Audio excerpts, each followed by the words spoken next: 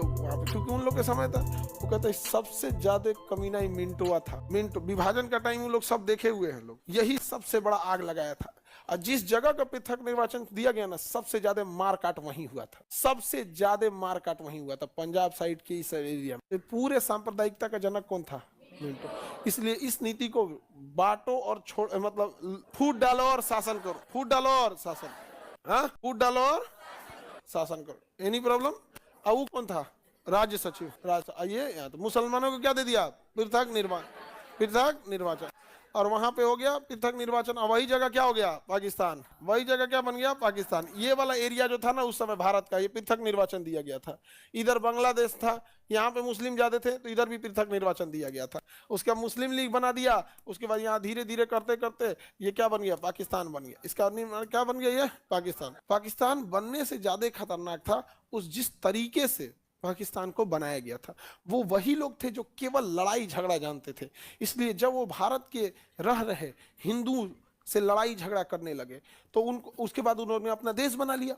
लेकिन याद रखना, जंगल में जो आदमखोर होते हैं, जो लड़ाई झगड़ा के मानसिकता वाले होते, वो कभी नहीं छोड़ेंगे, सांप कटबे करेगा। तो ये लोग तो अपना पाकिस्तान बना लिए, अब तो इन्हें खुशहाल रहना चाहिए। इन खुशहाल रहने के बाद अब इनका नंबर है कि भाई हमने तो हिंदुओं से अलग देश बना लिया, पाकिस्तान बना लिया, अब तो तुमने चोट्टा ने जन्नत बना लिया, अब तो अच्छा से रहो खुशहाली। अब क्या किया? अब ये लोग वही मानसिकता वाले कि हमेशा वो गलत है, ये गलत है। अब समझिएगा, ऐसा इंसान आप देखिएगा ना, कुछ कुछ ऐसा रहेगा, हमेशा खाना में नुक्स निकालते रहे, ठीक नहीं बना था, ये नहीं हुआ, ये नहीं हुआ, वो नहीं। ताज होटल में बैठा दीजिएगा, लगेगा ठीक है, हालांकि बड़ होटल में खाना सही ठीक नहीं बनता है क्योंकि उसमें ना बड़े बड़े अमीर लोगों के हिसाब से बनाया रहता है।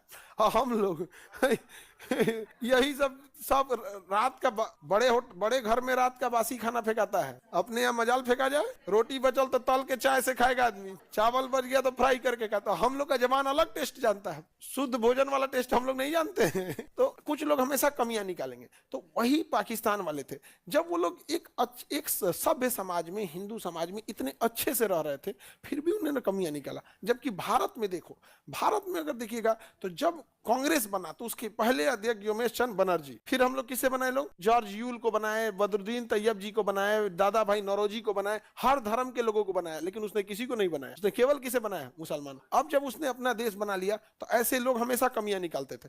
अब वो लोग कहें कि अच्छा बढ़िया वाला मुसलमान कौन? शिया की सुन्नी। अब वो में मार किया, मतलब जब तक विभाजन नहीं था तब तक किससे लड़ रहा था? हिंदू से।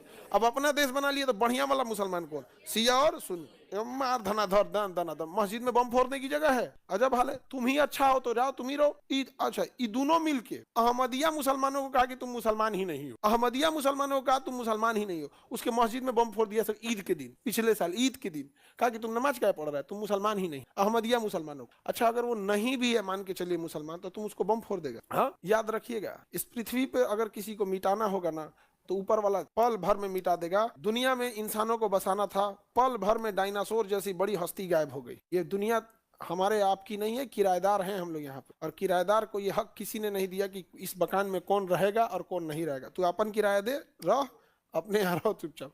अब उसको मारना चालू किया। उसके बाद महिलाओं को बाल नहीं दिखना चाहिए, बाल नहीं दिखना चाहिए। एगो वहां पर 5-5 को भी आकर के धैले है कि नहीं गया, यहाँ पे तबाह करके रखा है सब पाकिस्तान में। तो वो लोग हमेशा लड़ते रहेंगे। कई बार दिखेगा धार्मिक कुंठा वाले भारत में भी बहुत सारे लोग आएंगे जिन्हें ये संविधान ही पसंद नहीं, बहुत बार ये उठाएंगे। याद रखना, जिस दिन भारत धार्मिक लोगों के हाथ में आएगा, पहला निशाना बनेंगे दलित, छोटे जाति के लोग, पहला निशाना।